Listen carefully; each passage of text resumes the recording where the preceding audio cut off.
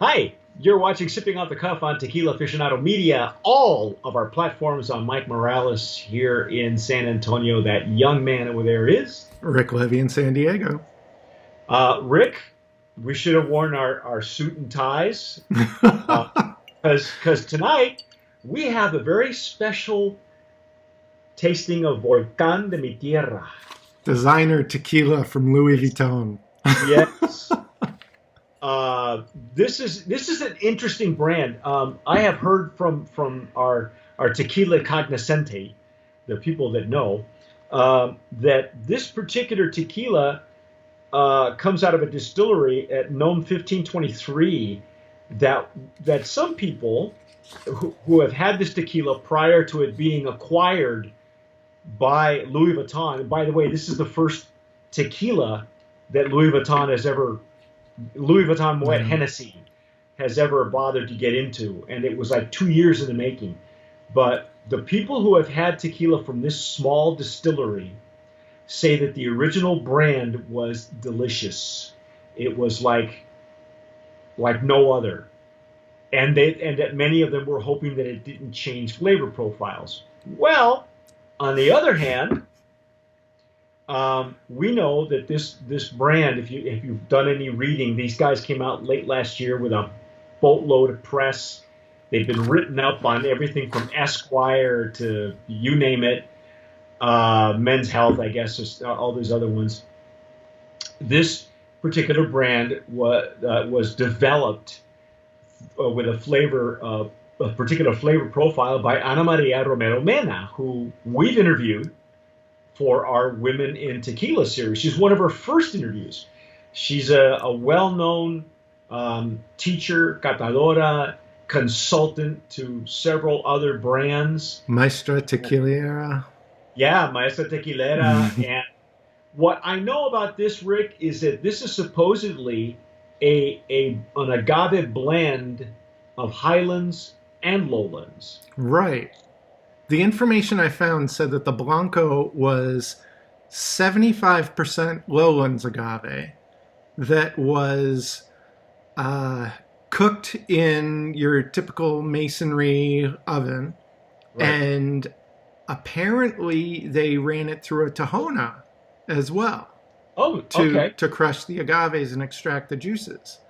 And then 25% Highlands agave that they cooked in an autoclave, and I believe they ran it through the roller mill to extract the juices. Well, they're not the first ones to do stuff like that. Herman Gonzalez told us at our dinner table, that T1, and I think even prior to that, when he was with Chinaco, he always preferred a blend of agave from Tamaulipas, where Chinaco is based, and Highlands. But he wouldn't give me the percentages, The like, breakdown. yeah, the Yeah, it's break. interesting. So it seems they're taking much more of a blending approach to create the profile rather than focusing it all within the distillation process. Well, even the terroir, I'm not sure if the distillery Right. owns their own agave. I would imagine that they own most of it. Um, uh, you know, you know as well as I do that anything that we've had from Matitan, for instance, which is where there's more volcanic, we like that minerality, but for some people, it could put some people off, maybe. Right. Maybe it's just It's a very distinctive profile. Yeah. And so I'm thinking that Ana Maria's thinking may have been to soften that that flavor profile just a touch. Now I read on their website. The website's beautiful, by the way. A little bit user unfriendly because you really can't see Right. your cursor. There's You know, like your cursor some turns in. clickjacking going on there or something where it doesn't necessarily behave the way you expect a web page to behave. Remember those old web pages that if you Right. run your cursor, it would leave a trail of like stardust. Well, that's what this website does. It's more like gold dust, but you have to look for it because if you're not careful, you'll lose your cursor. It can be But disorienting. They're trying to yeah, make a full sensory experience out of it, I think. they play music too, which you can mute, but you have to find icon because the icon is different than what you're used to seeing. The pictures are beautiful, but according to the website, they ferment this in wooden vats. Well, then again, I think they're using a mix of fermenting in wood, and then some of it they ferment in stainless vats. So I think they're using a mix. They're using a mix of terroir, they're using a mix of elevation, a mix of production techniques.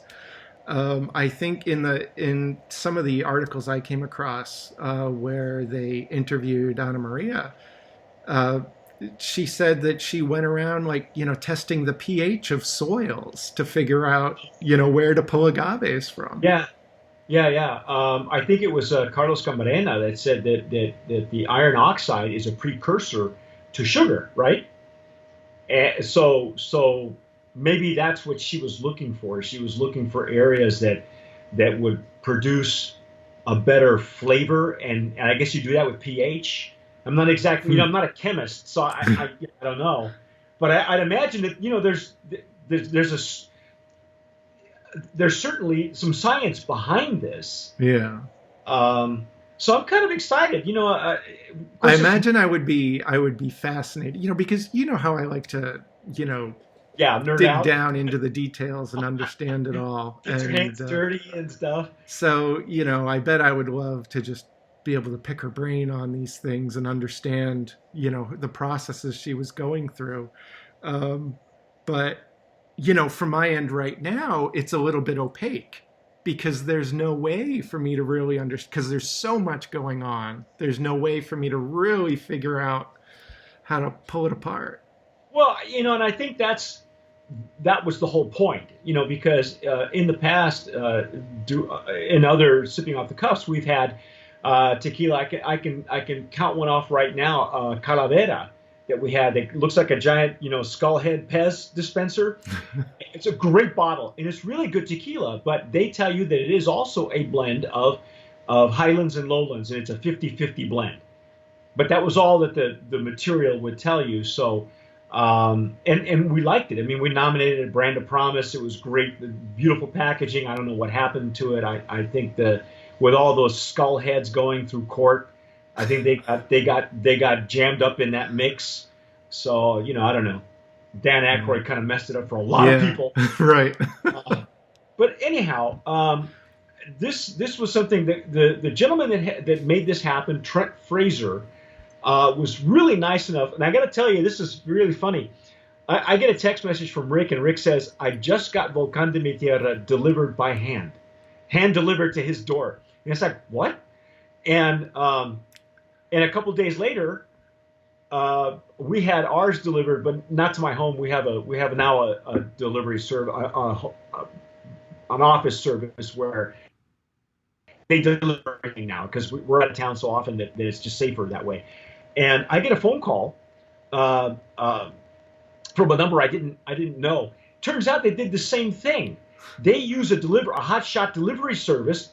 I guess in San Antonio there's no like Drizzly or somebody like that, but they went the whole 9 yards. They would buy it from a local store that was nearby. They found us where we lived, or the address, and then they would hire the delivery service they'd buy it, pick it up, and deliver it. So I thought that was really cool because most of the time the FedEx guy just hands it to me. Yeah. That was very cool. It was very nice of first class all the way with the Louis Vuitton. And you can find if you Google Trent Fraser, you'll find his interview. He sent us a very nice email. That talked about. Well, and didn't they start putting this together while he was it CEO of Dom Perignon? Yeah. For Louis Vuitton Moet Hennessy? I think so. And this was like 2 years in the making. If the funny thing is, it said that it's the distillery, the plant itself is near a volcano. So the topography, if you look at the website, it's full of information. But yeah, none of it's terribly specific. Their distillery is in El Arenal. So, There are people who have been to it, and like I said, they really loved the tequila that was coming out of there prior to it being acquired or invested in by Louis Vuitton. yeah. The Louis Vuitton Moet Hennessy, they were looking to get into the tequila game because this is their first foray into tequila, and they wanted to do it in a big way. So according to him, it took him like 2 years. Branding strategy. He was president, and oversaw everything: the natural branding strategy, commercial responsibilities. Um, he seems like a very nice guy, and the email he sent to us said that I've personally built this brand for the last 4.5 years as an absolute labor of love. Now we are launched and still not even a year old, and it's fantastic to share with other tequila lovers such as yourself, such as us. Um, and he said we'd be happy to answer any questions that we may have. You see where the story starts about the volcano, and that's where they start. You even see a picture, like a satellite aerial shot of the volcano itself and how it spreads out, how it probably would have looked when it erupted and where it finally settled, in that area. Um, Yeah. but But they're referring to the tequila volcano. yeah, and the distillery sits at the base. So we'll see. I think our best bet right now is just to pour some, and Yeah. I'm going to use So, the according to the CRT list, this brand has been, the name has been around for about 10 years. And, as you referenced earlier, it yes, seems there are people who had their hands on, the previous version of the juice. yeah. It seems like this is really the only thing coming out of that distillery anymore. I would imagine that they're probably not saying it, but I would imagine that they made a sizable investment in purchasing or investing in the distillery, made improvements, probably for production purposes, um, and of course hired Ana Maria because prior to that, I don't think she was involved with this brand at all. Yeah. So she's the hired gun, and I think I'm going to pour some in our Stasso Jarrito. Mm. By the way, I haven't had any. We've been so busy. I have not. Right. We just cracked it before we got on the air here. So there's a blue tinge to the bottle underneath. As you can see, it looks like the shape of the volcano. Oh, I hadn't caught that. Uh, I'm a little oblivious today. yeah, well, aren't we all? There's some nice legs and tears. Yes. There's some tears hanging and slow, but not too thick. Very shiny. Uh, they are resting this for 30 days before bottling. Well, they're And letting it sit in a yeah, stainless. I think it's a steel vat. Oh. Mm, Oh. Now, by the way, we're both using the Tequila Jarrito, the one with a little bit longer neck. right. It's kind of grassy, Yeah. but I think I can pull out, some of the fruit underneath that you get with the Highlands agave. My first whiff though was a little bit of minerality and then instant lemongrass, like you said. Yeah, It was yeah. green, but it was instant. It was just immediate, just the first pass under the nose. As you can see, for these glasses, it really doesn't take a whole lot of sampling to pull out many of the nuances.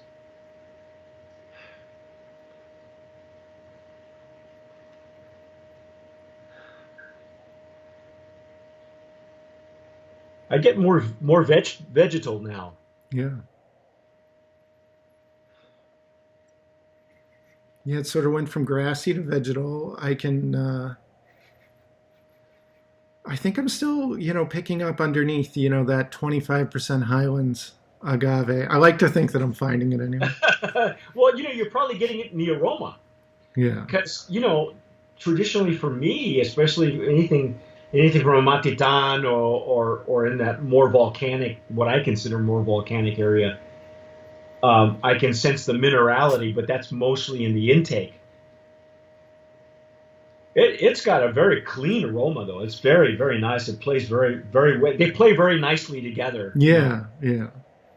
And it does, I think it does lean more towards the lowlands.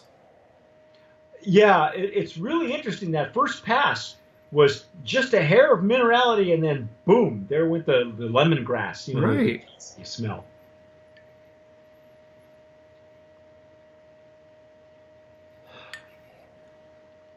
Are there any herbal notes you're able to pull out? Well, now I'm at the bottom. If I don't have to stick my nose very far, but now I get a little bit more alcohol where it belongs at the bottom, Hmm. toward the center.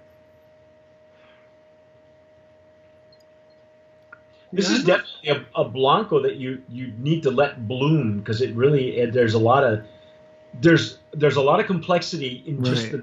the nose. Wow, and those tears are beautiful, man. Yeah. Some nice raindrop Yeah, tears. it's a big aroma. It's not overpowering. And, you just kind of want to let it work a bit and dig your way through it. There's a lot going on in this thing. All right. Well, now I'm really curious. Yeah, we got to taste All it right. now. Yeah. Hmm. Mm, mm, mm, mm. Oh my. Oh Big pepper. yeah. Um, Wow. that retronasal though is it's the same. It's the same thing I got when I got the first whiff of the bouquet. It went from just a slight mineral, and then got to mid palate, and it was just all it was all green after that. It was all agave. Yeah. Wow. This is a huge flavor profile here. Yeah, this is like the elephant in the room, man. This is. Right. But you know what? To me, this is extremely well balanced. It went from the aroma to the flavor profile without skipping a beat. It wasn't like one was overpowering the other, or sometimes you get a big aroma and then the flavor profile takes over. This was equal, at least on my first try. It really was It surprising. would. Yeah, I agree that it follows. I I don't know that it's equal though. I might say that it's a bit bigger on the palate than it Well, was on the nose. of course, but But but then I went back retro nasal. Once I swallowed, I'm cleared my nose and I got that same, almost the same sequence. You know, usually if I do retronasal, especially with darker spirits, one particular element will stick out and take over. But this one was I have to say it's pretty very well balanced for a Blanco. There's a lot going on in here, man. yeah, it's pretty big. The pepper is the biggest for me. It's just huge. You feel it right away, and then it kind of continues to bloom. Yeah, yeah. Great lip numbness too, by the way. Wow. And Uh, the finish is really sticking with me. yeah, yeah, and there's just that ever so slight bitterness on the sides of the palate, and that's just at the tail end of it. I mean, it it's the baked agave, it's the fermentation methods that they're using. Wow, man! Holy cow! Wow, Mm. this is beautiful. Mm. I think there's probably a lot of subtle accents going on underneath the pepper. Well, I think the minerality is there, but it's way less. It's way Yeah. toned down. You know, the like I said, the ones that we've had previously from El Arenal had been a little bit more pronounced in the minerality, not as much as a Matitan, but just a hair under. But this one really gets a nice balance, and that finish, wow, that's a Yeah. nice warm fuzzy, man. Right. Wow. Yeah, I think I think she has created this experience where you're enticed by the aroma, you're surprised by by the the flavors on the palate, by what happens on the palate, and then it just gets bigger into the finish. Yeah. It really it's a home run, man.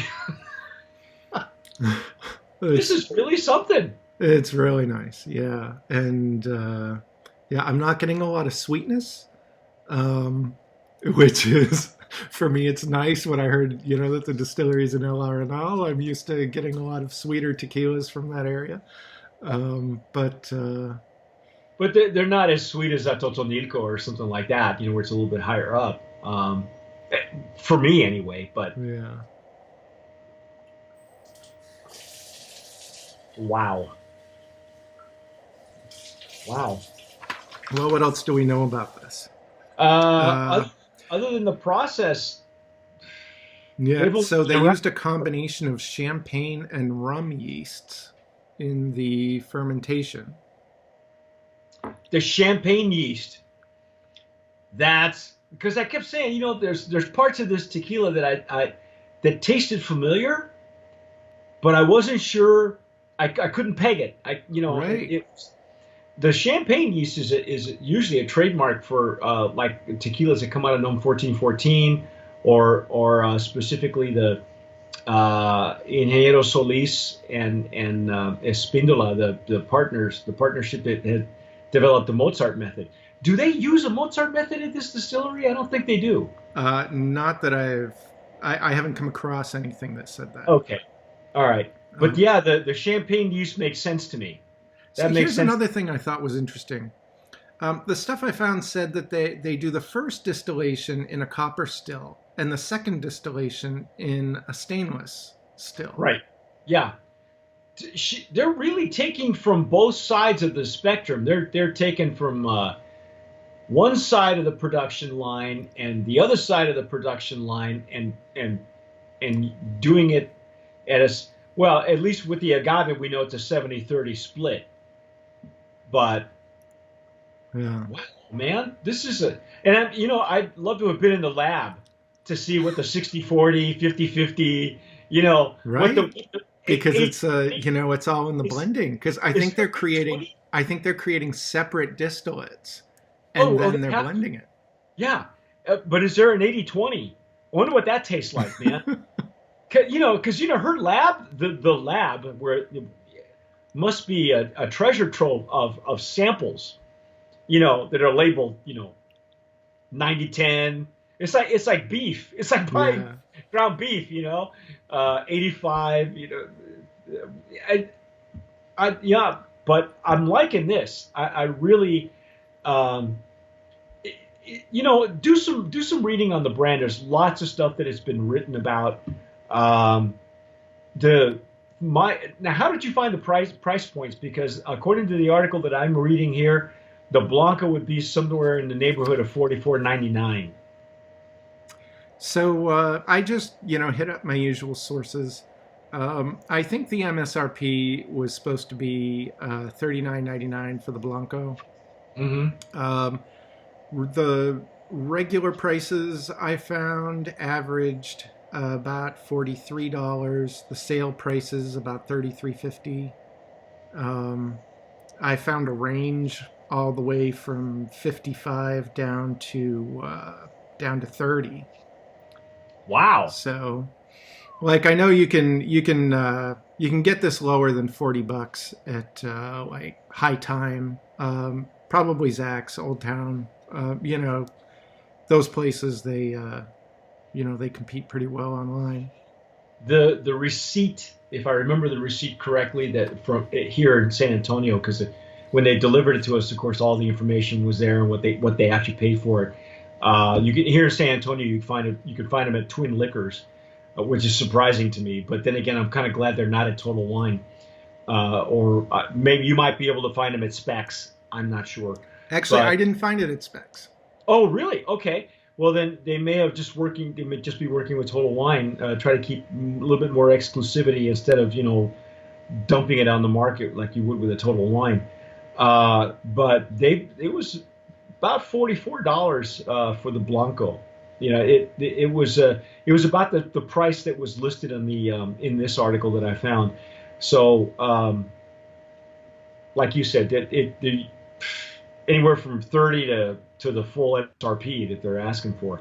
But whether you're buying it at 30, that's a steal. If you can get it at 44, I think that's reasonable because Yeah, this is a delicious tequila. This is really, really, really good. it's well done. It's certainly worth a nomination. Mm. A Brand of Promise nominee in the Blanco category. And what do you think? The packaging as well. Look at this is all Yeah, raised. It's blue underneath, and like I said, that's the yeah, the volcano. volcano alone. Yeah, I mean that's cool. That's a nice representation of the volcano. Yeah, and you got some lingering bubbles too, so you can't go wrong. And Ana Maria Romero Mena did the flavor profile. She consulted on this one, so there you go. Yeah, she did a really nice job on this. She did. Kudos to Moet Hennessy, Louis Vuitton Moet Hennessy, Trent Fraser, who was in charge of the brand, and Ana Maria. Great job, you guys. Home run, man. I'm liking it. I'm really, really liking it. That's our take Yeah, on Volcán de mi Tierra. I'm Mike Morales here in San Antonio. That young man out there. Rick Levy in San Diego. You've been watching Sipping Off the Cuff on Tequila Aficionado Media, all of our platforms. If you're watching us on YouTube, press the red button, and you too can have a wonderful life. But, whatever you do, tomás sabiamente. Sip wisely. I'm Mike Morales. I'm CEO of Tequila Aficionado Media, and I just wanted to thank you for watching Sipping Off the Cuff. We love doing these reviews for you. Now, if you're an Agave Spirits brand owner and you're watching this, there are 3 things that I'd like to talk to you about. Number 1, if you'd like us to review your Agave Spirit on Sipping Off the Cuff, just send me an email, mike@tequilaaficionado.com. It won't cost you a dime, and I promise you'll get an honest review. Number 2, if your brand has been nominated, past or present, as a brand of promise, we can help you promote your brand effectively and affordably over on the tequila PR side of things. Just email me, mike@tequilapr.com. And number 3, if your brand has ever been a Brand of Promise nominee or a winner, you automatically qualify with us, or to go with us on our next promotional tequila tour. So shoot me an email, tours@tequilaaficionado.com, and I'll send you all the details on our upcoming tequila tour. That's it. Thanks again for watching. Sip wisely.